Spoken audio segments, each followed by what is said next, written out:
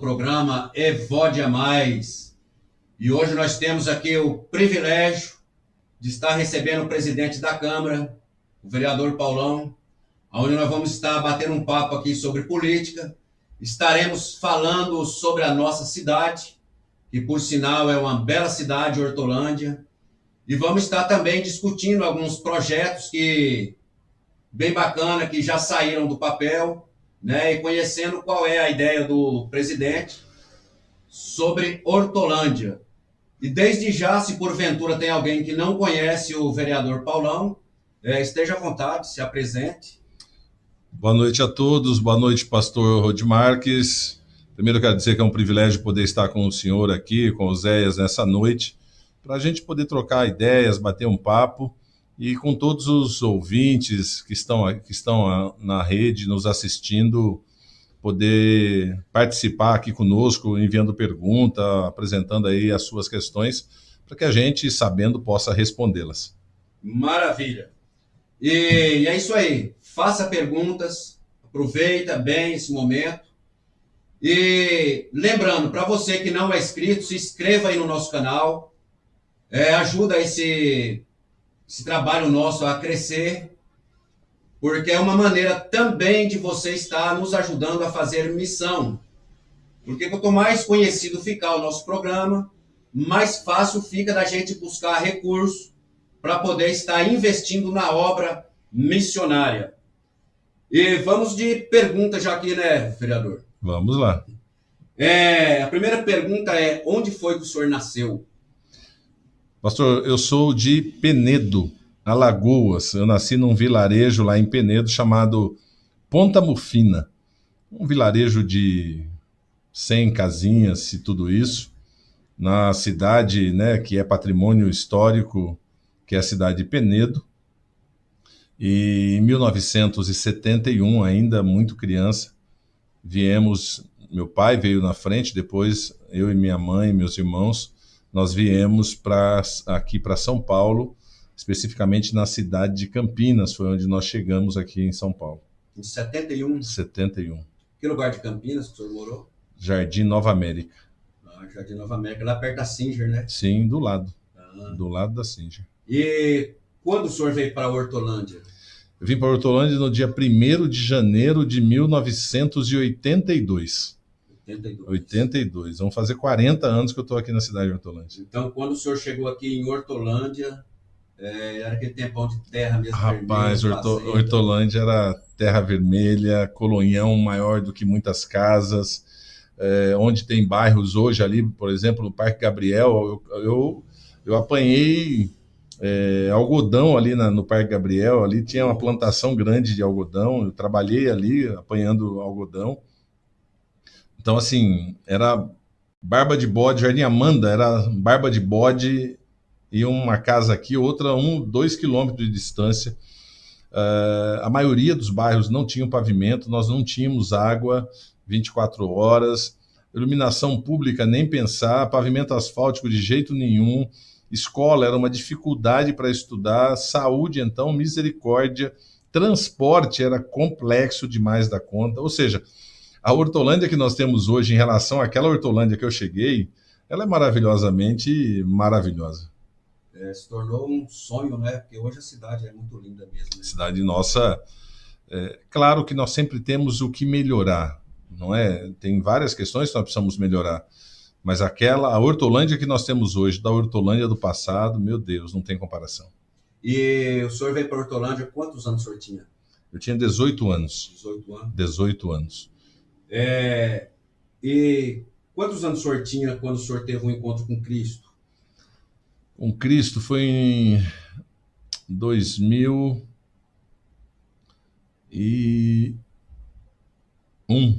2001? Foi 2001.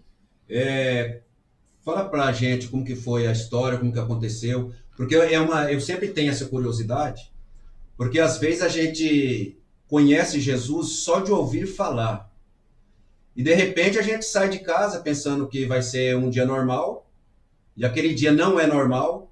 A gente saiu de uma forma, de uma maneira, voltou totalmente diferente, totalmente transformado. Como que foi que o senhor foi convencido a se tornar uma pessoa evangélica? Essa é uma parte de toda uma história que aconteceu antes, pastor Rodimarques. Então, de maneira rápida, eu vou tentar colocar. Bom, eu chego em Hortolândia, o distrito, na época, né, ligado a Sumaré, não tinha praticamente nada, muita dificuldade, muita miséria no distrito. E aí eu começo a organizar as associações de moradores, criar associações de moradores, para poder cadastrar famílias que precisavam de um programa do governo chamado Ticket do Leite, que era um programa do governo federal, do Sarney, onde você organizava, através de uma associação, clube de mães, sociedade, você criava a entidade, colocava as famílias, cadastrava as famílias no programa federal, e aí eles começavam a receber o ticket. E aí, eles recebendo esse ticket, eu ia para outro bairro e fazia o mesmo trabalho. E assim, fundei 42 associações de moradores aqui na cidade de Hortolândia, no distrito de Hortolândia à época. Esse trabalho que eu fazia a nível comunitário fez com que o Antônio Dias, foi o idealizador do movimento de emancipação, a primeira comissão que ele montou, ela não estava 100%, e aí ele começou a procurar pessoas para poder colocar, enxertar literalmente a comissão para que ela pudesse pegar força. E aí falaram de mim para ele, e ele foi numa reunião já organizado, e onde a gente organizava essas associações. Nós já tínhamos criado um conselho das sociedades amigos de bairro de Hortolândia, eu era o presidente, um conselho sem remuneração, todo mundo com trabalho voluntário. E aí o Dias chega numa reunião e diz: olha, poxa, você não quer me ajudar a montar a comissão para a gente emancipar a Hortolândia? No primeiro momento a ideia era muito maluca, porque falou assim, como é que a gente vai criar uma cidade, né? Da onde nós vamos tirar a condição para criar uma cidade? Não temos dinheiro, não temos sobrenome, não temos ligação política com ninguém importante. Não éramos políticos da ação efetiva, do exercício efetivo, não é, de disputar a eleição no distrito. Como é que a gente vai fazer? Mas era uma ideia tão louca que, de repente, ela terminou me instigando a dizer, não, tá bom, vamos lá. E a comissão que ele trouxe, com 3 ou 4 pessoas, nós terminamos criando um grupo, porque como eu fundei muitas associações de moradores, eu comecei a chamar os presidentes dessas associações para fazerem parte da comissão de emancipação. E nós criamos uma comissão muito forte. Eu tinha um trabalho também com a juventude católica, através dos grupos de jovens da Igreja Católica, e também chamei líderes da Igreja Católica, de jovens, para participar da comissão de emancipação.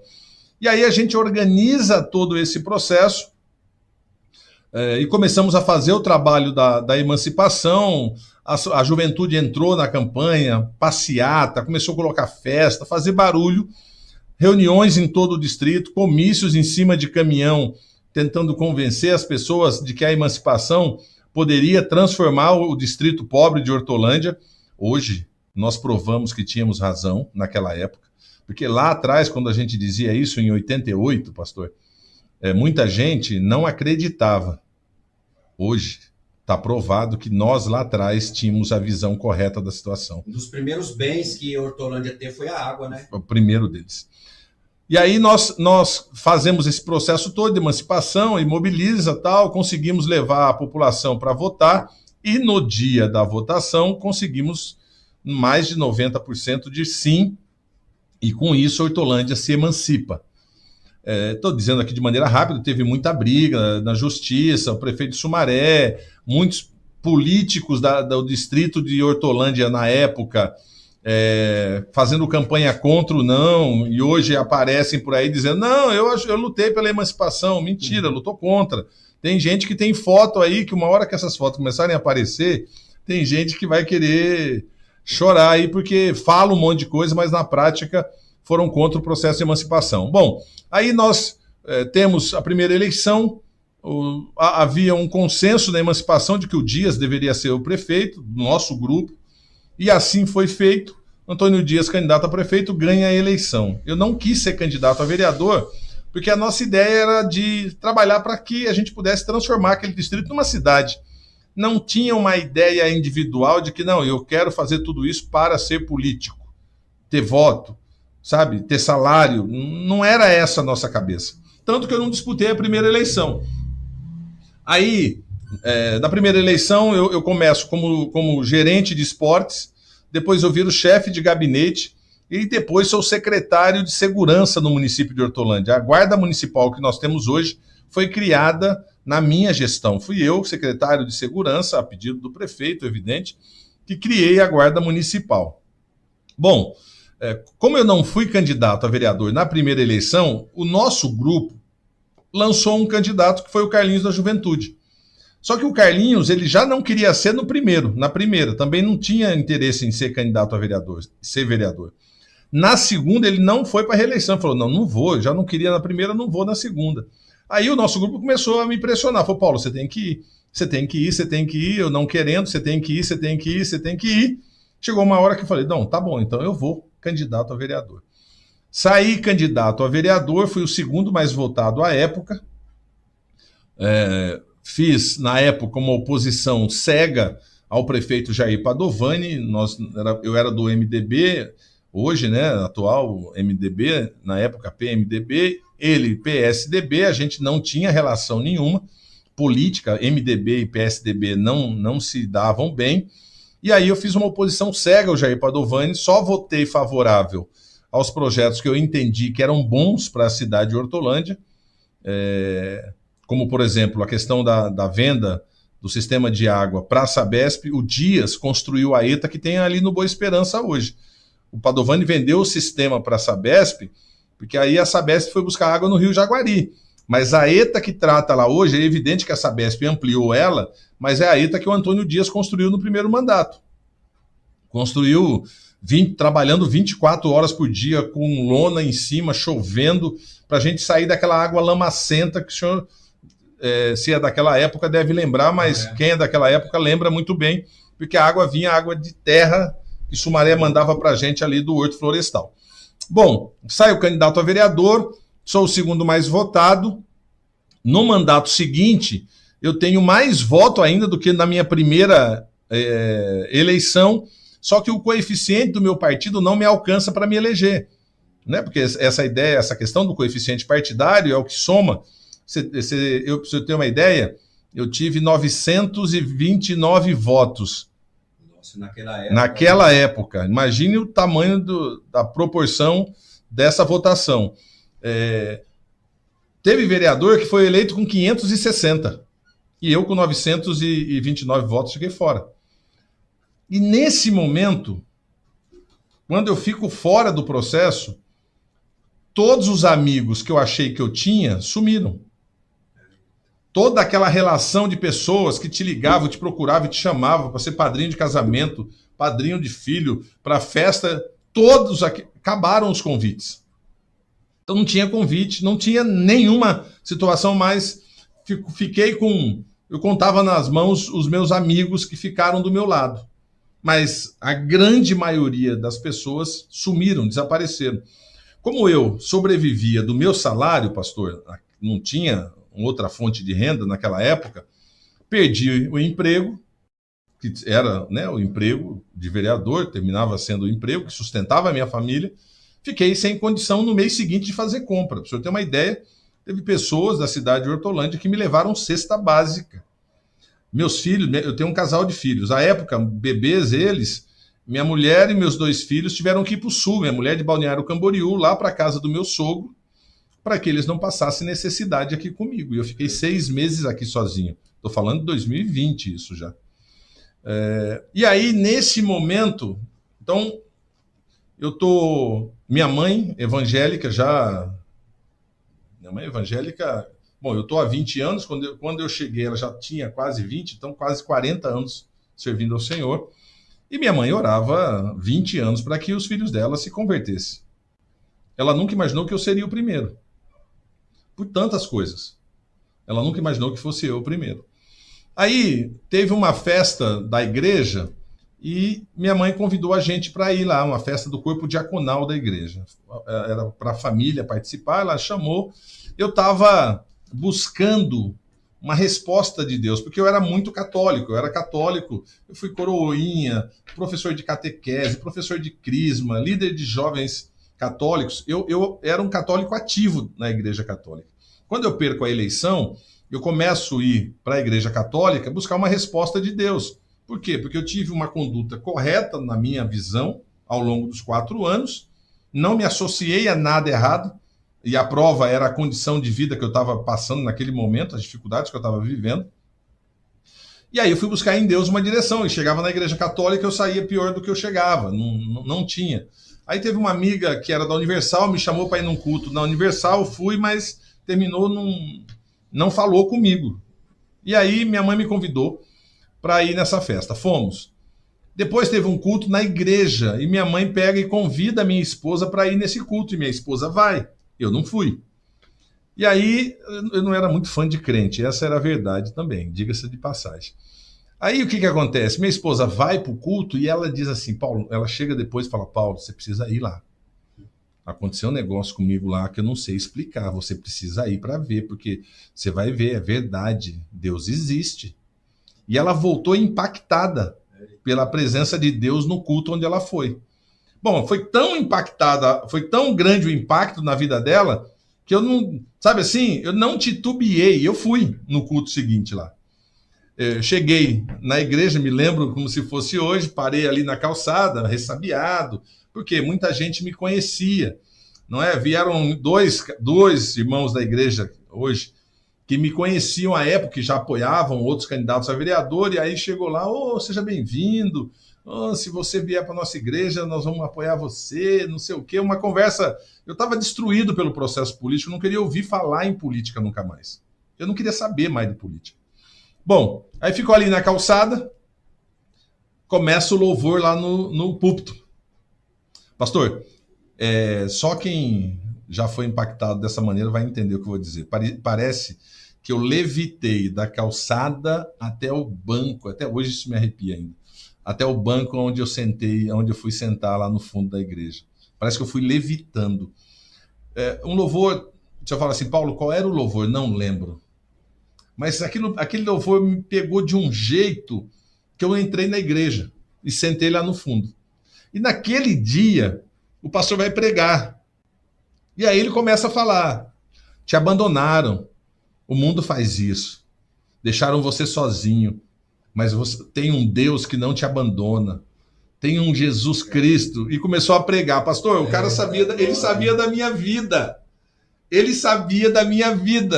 A minha primeira ideia, qual era? Minha mãe contou para o pastor o que está acontecendo. Depois eu lembrei e falei assim, mas peraí, minha mãe não está sabendo de tudo que eu estou passando, porque eu não falei para minha mãe. Imagina eu queixar para minha mãe e contar para ela o que eu estava passando. Ela ia sofrer muito. Eu falei, mas ela não está sabendo, só eu sei. Minha esposa não tem relacionamento tão próximo com o pastor para contar a nossa vida. Ela veio num culto só aqui. Então, como é que ele sabe de tudo isso? Bom, o resumo dessa ópera é que nesse culto ele começou a pregar. Era a minha vida que ele estava lendo. Era a minha vida. Ele disse, olha, Jesus tem um plano na sua vida. Você está se sentindo hoje derrotado. Meu Deus. Você está se sentindo hoje derrotado. Mas o Senhor te chamou para a vitória. E Ele vai mudar a história da sua vida, desde que você aceite o convite que Ele está te fazendo essa noite.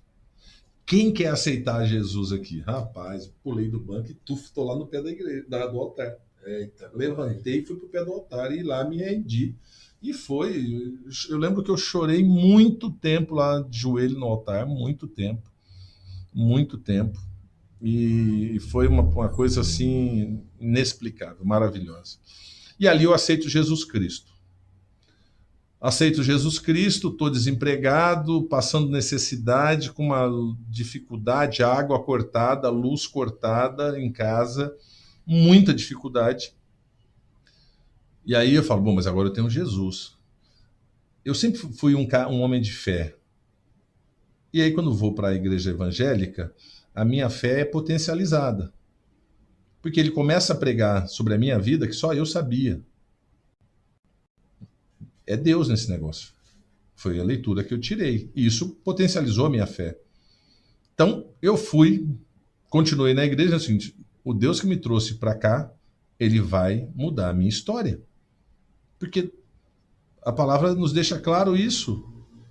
2 Coríntios 5,17. Aquele que está em Cristo é nova criatura. As coisas velhas se passaram. E eis que tudo se fez novo. Eu cria nisso e creio nisso de uma maneira maravilhosa. Determinante. Aí eu aceito Jesus, começo a frequentar os cultos, terça, quinta, domingo, campanha, vigília, oração, onde tinha uma atividade eu estava lá. Eu cheguei em uma época que eu ia na igreja, pastor, 28 dias por semana, por mês. 28 dias no mês eu estava na igreja. Por vários meses. Isso não foi uma coisa de um dia, de dois, um mês, 3, 4. E aí, num desses cultos, eu chego lá assim, sabe? Imagine você, pai de família, você ter 2 filhos pequenos que têm um monte de necessidades, a sua luz cortada, a sua água cortada, você não ter nenhuma visão de um emprego, não ter nada. Você não tem dinheiro para nada no outro dia cedo. E aí eu fui para um culto à noite chorando em Deus, sabe assim, o senhor precisa fazer alguma coisa. Aí o pastor prega e aí termina a pregação e ele fala assim, quem precisa de um milagre? Vem aqui que eu vou orar por você. E eu conto isso para glorificar o nome do Senhor. Aí eu fui para o altar. Porque o pastor chamava e eu estava no pé do altar. Porque eu quero a bênção. E ele é o canal de bênção. Então eu estava lá embaixo. E aí ele começa a orar pela minha vida, ele põe a mão na minha cabeça e começa a orar ali, né, falando com Deus sobre a minha vida. Daqui a pouco, eu estava ali com os olhos fechados, parecia que tinham colocado 1 tonelada de peso no meu pescoço. Meu pescoço afundou. Tamanho peso. Depois minha esposa me contava, dizendo que foi a pastora que colocou a mão sobre a mão do pastor. Mas parecia que era 1 tonelada de peso. Não foi ela ali, era a mão de Deus. E aí, ela me chama e fala, filho, eu tô te dando um cheque em branco hoje, assinado, pode descontar. Eu não conhecia muito essa linguagem ainda. Eu tinha acabado de chegar, mas eu sabia que era coisa boa. No outro dia, pastor, indo na casa de um amigo que também estava desempregado, a gente conversando, chegou um amigo dele de Paulínia, que era vereador lá em Paulínia. E aí a gente conversando, ele falou, você perdeu a eleição aqui também? Perdi a eleição e tal. Ele falou, rapaz, estou precisando de um cara que nem você lá para poder me ajudar lá, me assessorar lá em Paulínia. Você não quer ir para lá não trabalhar comigo? Falei, meu Deus, claro que eu quero. O cheque em branco assinado foi a porta que Deus abriu, onde eu consegui ganhar dinheiro, pagar todas as minhas dívidas, estava perdendo a minha casa, consegui pagar as dívidas que eu tinha para recuperar a minha casa. Em 1 ano e meio, pastor, Deus me devolveu a minha casa, eu consegui pagar todas as minhas contas, conseguia fazer compra, minha família comigo, passei a ser um outro homem. Um outro homem. Então, assim, as experiências que eu tenho com Deus são experiências, não tem como. Hoje o cara fala assim, mas você isso, você aquilo. Falo, pode falar o que quiser. Deus sabe quem eu sou em Deus. Então... Deixa eu ver se tem algumas perguntas. Aqui tem bastante perguntas, mas vamos ver aqui os internautas se tem alguma pergunta. Ingrid Albuquerque, boa noite, Deus abençoe sua vida. Já está aí marcando presença. Minha esposa Maria Edna, paz do Senhor. Eliseu Oswaldinho, a paz do Senhor Jesus, bênção a todos. Leandro Rafael, existe algum fator além do crescimento da cidade, pelo aumento da criminalidade? Tem uma pessoa que faz um comentário, existe algum, é uma pergunta. Existe algum fator além do crescimento da cidade, pelo aumento da criminalidade? Eu não entendi muito bem, mas ele quer dizer que a cidade está aumentando a criminalidade. Tem algum trabalho feito sobre isso? Não, se tem algum fator além do crescimento. Claro que todo crescimento, ele traz consigo o bem e o mal vem junto, né? Não tem como crescer e não sofremos isso. Mas nós temos um outro fator que é muito importante ser lembrado, que é um complexo penitenciário com quase 10 mil homens ali do lado, aqui do lado. É claro que isso tem um impacto muito forte em relação à segurança da nossa cidade. Primeiro porque a força policial, toda ação que precisa ser feita é a polícia militar que está aqui que vai fazer escolta, que vai fazer não sei o quê, que protege lá o presídio. Deu qualquer problema, chama a força policial para lá. Então, uma população flutuante dessa magnitude, porque desativaram lá o Carandiru e mandaram todo mundo para cá praticamente, não é? Contra a vontade nossa, sempre foi contra. Você termina sofrendo, porque muitos daqueles que estão lá presos têm comparsas que chegam aqui na cidade, ficam na cidade, e às vezes aqui nas relações que impõem, que passam, que conversam. Então, isso termina gerando muito problema para a cidade. Então, o complexo penitenciário é responsável por uma boa parte desse problema com relação à segurança. Tanto é que a gente sempre discutiu com o governo do estado que ele precisaria dar uma contrapartida para a cidade de Hortolândia, em aumento efetivo de policiais na nossa cidade, em estruturação na área de educação, de esporte e outras demais, em saúde. Por quê? Porque nós recebemos toda essa população, né, de presidiários, e também vem junto para a cidade muitos dos seus familiares, porque muitos moravam muito longe, terminam vindo para cá, e aqui precisam de saúde, precisam de educação, não é? Precisa de escola, as crianças precisam estudar, e é importante que a gente dê essa estrutura para a família dos detentos, para que eles não fiquem à margem da sociedade, ou alguém coloque a pecha e exclua eles da condição de cidadão que todos temos que ter. Então, a discussão com o governo do estado é de que, olha, você precisa mandar uma quantidade a mais de recursos para a cidade, porque vocês nos deram essa situação, que nos gera um monte de problemas. Mas essa é uma luta antiga com o governo do estado, e infelizmente a gente ainda não tem um sucesso grandioso nisso. Então, você soma isso, soma o crescimento da cidade de Hortolândia. A cidade de Hortolândia é uma das cidades que mais cresce do Brasil, e com certeza da região metropolitana de Campinas. Então, você, com esse crescimento, chama a atenção de todo mundo, inclusive daqueles que são criminosos. Então, faz parte. Essas portarias que agora foram construídas na entrada da cidade, em que elas irão contribuir para a segurança? Esses portais que foram feitos, eles vão contribuir, porque todos eles vão ter câmeras que vão acessar, por exemplo, através dessas câmeras que eles chamam de OCR, que entrou um carro com uma placa roubada. Imediatamente vai bipar lá na guarda municipal, já vai acionar toda a força policial. Roubaram um carro, você vai ver se esse carro passou ou não pela nossa cidade, nos portais e em outros pontos também que serão colocadas essas câmeras na cidade. Então, os portais também serão uma forma de você dar um fecha, se precisar, imediatamente na cidade, favorecendo esse fecha. E nós vamos ter neles esse monitoramento 24 horas para saber, porque às vezes acontece o seguinte, pastor, o cara vem roubar aqui na cidade de Hortolândia, aí vem com um carro, com uma moto normal, ele vem. Aí ele entra, deixa os outros comparsas e fica lá esperando eles fazerem um roubo ou vai embora de volta. Aí o que vão ver? Olha, teve um roubo tal dia. Essa placa aqui entrou nesse dia. Teve um roubo tal dia. Essa placa também entrou no dia. E você começa a ver que aquela placa está acessando a cidade nos dias de roubo. Opa, você levanta quem é o proprietário daquela placa, daquele veículo, e vai até buscá-lo para tentar entender o que está acontecendo. Então, aí já é a parte da inteligência, não é, da polícia, que vai fazendo as pesquisas para a gente ir abafando. Então, graças a Deus, Hortolândia não é uma das cidades mais violentas do estado. Graças a Deus não é, mas é uma cidade que tem tido alguns problemas.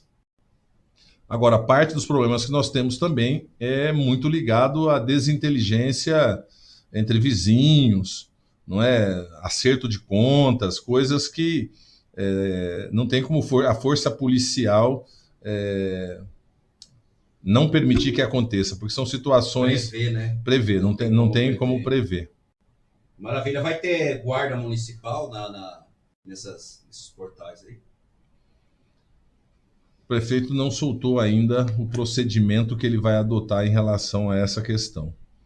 Até porque nós temos um problema, né? A Guarda Municipal foi criada lá em 1995.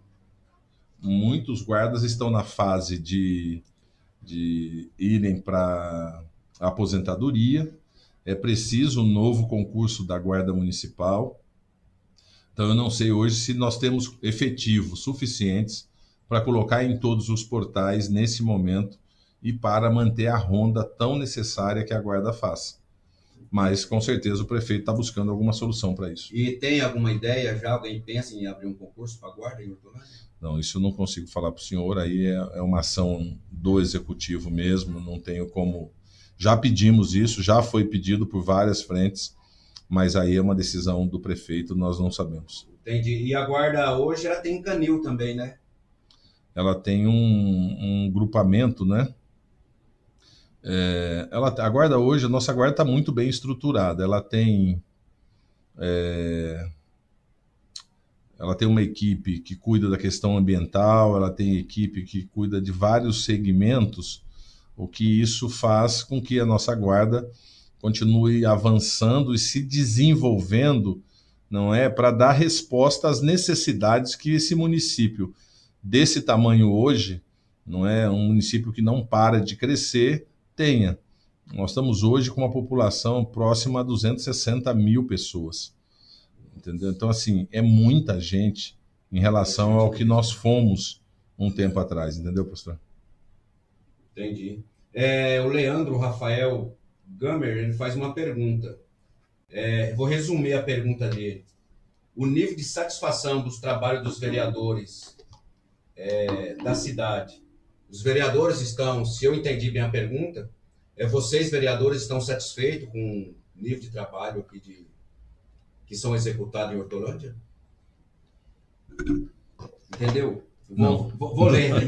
Não entendi. Olha, não. Ele fala, boa noite, Paulo. Boa noite, Rodmarques. Pergunta para o Paulão. Não consegui ir dentro do quadro político da nossa cidade. Qual o nível de satisfação do trabalho dos nossos vereadores? Então, se a satisfação for por parte da população em relação ao trabalho que eu presto, ou que os vereadores prestam, só a população consegue falar sobre esse nível de satisfação. Se for na minha satisfação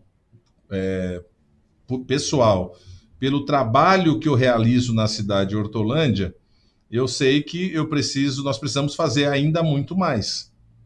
Porque tem muita coisa que nós precisamos dar resposta na cidade de Hortolândia, mas que é dentro do processo. Não dá para você...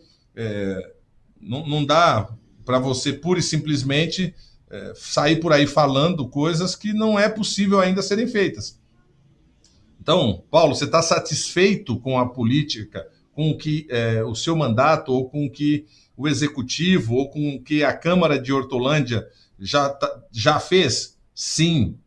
Mas, em relação ao que falta, não estou satisfeito. Nós precisamos fazer mais.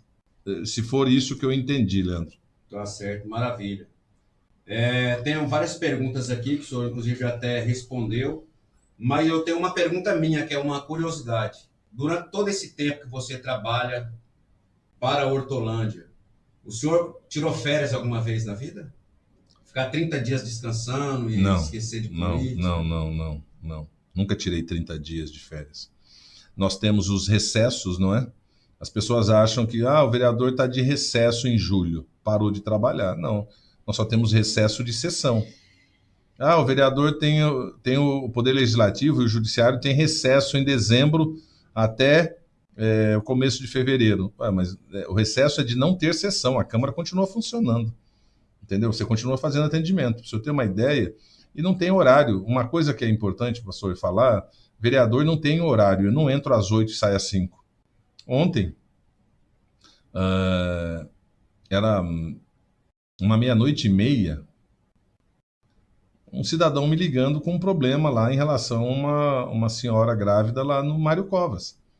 Então, você tem que atender e você tem que buscar solução para o problema que está sendo feito, porque aquele problema pode significar a perda da vida de uma pessoa. Então, nós não temos horário de trabalho. O vereador é procurado na minha porta, aqueles que sabem onde eu moro, já várias vezes, eu moro no Remanso, várias vezes na madrugada o pessoal batendo na minha porta. Então, infelizmente, a gente nem sempre consegue atender todo mundo que nos procura. Mas, né, eu tento fazer isso com a maioria dos que me acessam. Agora, uma semana, se tudo isso, 10 dias para forçar a amizade, mas um mês assim de férias em todos esses anos de política, nunca tirei. Vou sumir um mês e ficar um mês desligado, nunca aconteceu. Meu Deus do céu. Ó, a Regiane tá mandando um abraço pro senhor. Outro abraço, Regiane. Gente boa, amiga da gente. Deixa eu ver se tem alguma pergunta aqui. A Regiane fala assim, ó. Fala para o Paulão sobre o projeto de lei da sua autoria, aprovado no último dia 30, sobre a instalação da válvula do hidrômetro. É mesmo, né? Eu ouvi falar sobre isso. É um projeto de lei que eu apresentei e que está dando um monte de discussão, porque na realidade é o seguinte, nós temos um contrato com a Sabesp que já foi assinado lá há 30 anos atrás. 26, 27 anos atrás foi assinado esse contrato com o Padovani lá. E eu fiz um projeto de lei agora pedindo para que seja colocada uma válvula que tira o ar da tubulação antes do hidrômetro, para que as pessoas só paguem por água, não paguem por ar. Por mais que a Sabesp diga que não é assim que funciona, mas a gente sabe que quando chega a água, que, por exemplo, não estava com água ali, quando vem, o ar que vem à frente da água, ele gira aquele hidrômetro. Então, apresentei esse projeto de lei com vistas não de intervir nesse contrato que aí está, porque ele já foi assinado há 20 e tantos anos atrás. Mas agora nós temos uma renovação dele ou um novo contratado que será. Aqui, daqui 1 ano e meio, 2 anos, nós teremos um novo contrato. Nesse novo contrato, eu quero inserir essa obrigatoriedade, porque agora tem uma lei aprovada para isso. E o senhor tem ideia de economia, falando em porcentagem que a pessoa economiza? Não sei, não posso. Seria leviano se eu falasse isso, porque não tenho essa informação. A única certeza que eu tenho é o seguinte, que a partir da colocação da válvula, todo mundo vai pagar água, não vai pagar mais por ar. Isso eu tenho certeza. Maravilha, olha que interessante, né? Deixa eu ver se pergunta para o Paulão se há algum projeto para o Trevo do Nova Europa. Tem algum projeto para o Trevo do Nova Europa? Quem pergunta é o Eliseu Oswaldinho. Trevo do Nova Europa? Está dizendo ali subindo o cemitério? Deve ser. Oswaldinho, eu não sei responder para você agora. A prefeitura está com inúmeros projetos, né? Eu sei que nós estamos naquela luta para fazer do Nova Europa a ponte que acesse ali o Bandeirantes. Então, sei que essa é uma luta antiga que continua se correndo atrás para garantir essa conclusão dessa ponte lá. Agora, para o trevo do Nova Europa, se for ali subindo o cemitério, chegando no Nova Europa ali, na avenida ali, eu não sei te responder, mas posso levantar isso e aí mando para o pastor Rodi Marques para que aqui no programa ele possa comunicar a você e a todos os ouvintes da Missão Evódia. O Aquino Pereira é um amigão nosso desde a infância, ele pergunta sobre a linha do trem. Já tá para construir uma ponte ali, né? O projeto, a linha do trem ali, nós sabemos que ali é um gargalo bem complicado para a cidade de Hortolândia. Nos horários de pico, aquilo ali fica lotado, nós sabemos. Já fiquei ali parado, trem passando, toda aquela problemática. O prefeito Perugini tinha colocado ele numa linha de crédito que nós tínhamos conseguido lá atrás, não é para fazer, a prefeitura fazer aquele pontilhão. Aí, a Rumo, como ela ia fazer, renovou o contrato que ela tinha com o governo federal. O governo federal pediu para ela dar algumas contrapartidas. E uma das contrapartidas foi pedido o pontilhão ali que o prefeito Perugini fez a articulação junto ao governo federal e a Rumo para que ela pudesse dar esse pontilhão de contrapartida. A Rumo concordou, o governo federal aprovou o projeto. Em função da pandemia, ele atrasou, mas esse projeto está em fase final de aprovação, pelas últimas informações que nós temos, e eu acredito que o ano que vem essa obra comece ali, e nós teremos ali, a partir dessa conclusão dessa obra, uma situação muito importante, que é dar uma mobilidade naquela região muito grande, porque não vamos mais precisar ficar parado ali, até porque também, com o pontilhão, a Rumo está duplicando ali a via férrea, não é? O tempo estimado, eu não me lembro agora se é um trem a cada 2 minutos ou um trem a cada 5 minutos vai passar por aqui. Então, o pontilhão ele é extremamente necessário para que, de fato, a gente não tenha mais problema ali. Maravilha, vai ficar show de bola ali, hein? Vai. O Ademir Clemente está dando os parabéns para você. Nobre vereador Ademir Clemente, Deus te abençoe. Pastor Josué, parabéns, Paulão, é um homem de Deus, trabalhou comigo na Unicamp. Josué Gama, rapaz. Eu trabalhei com o Josué Gama, nós trabalhamos juntos na Unicamp, eu trabalhei 5 anos na Unicamp, eu perdi o meu serviço na Unicamp, eu era técnico administrativo concursado da Universidade Estadual de Campinas, eu perdi por causa do processo emancipatório, porque eu tive que ir muito para São Paulo e para Brasília para defender, para acompanhar as defesas do processo de emancipação, e eu fiquei mais do que 30 dias afastado do emprego. E naquela época não podia levar atestado médico, porque eu não estava doente, não era correto. E naquela época, se você ficasse mais de 30 dias sem uma justificativa plausível, você perdia o emprego. E eu literalmente perdi o meu emprego na Unicamp. Hoje estaria aposentado, perdi meu emprego para poder fazer a luta emancipatória. E aí, mas eu e o Josué, muitos anos juntos, indo e voltando do trabalho. Mas Deus tinha outro plano na sua vida. Amém. E ele falou que acompanhou a grande transformação na sua vida. Amém.